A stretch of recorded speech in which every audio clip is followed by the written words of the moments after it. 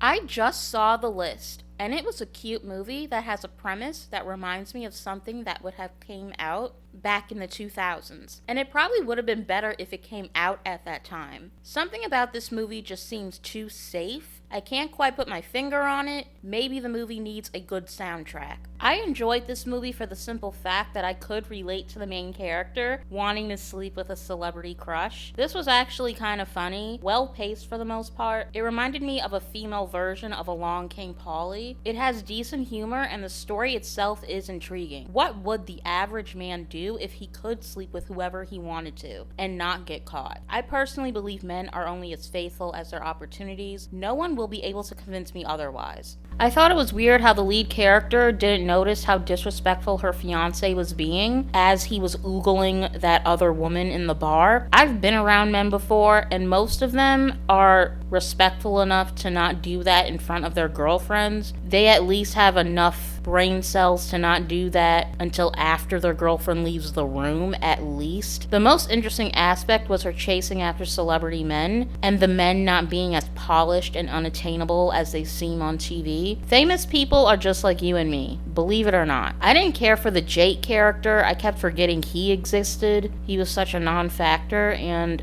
I thought they could have maybe cast someone who was more attractive. I also didn't like the seat filler scene where she practices to sit. The humor in that scene was so forced. Like, they purposely made the character so dumb. Like, who practices to sit down? Like, that scene was so forced to me. Anyway, I give this a 5 out of 10, and I do recommend.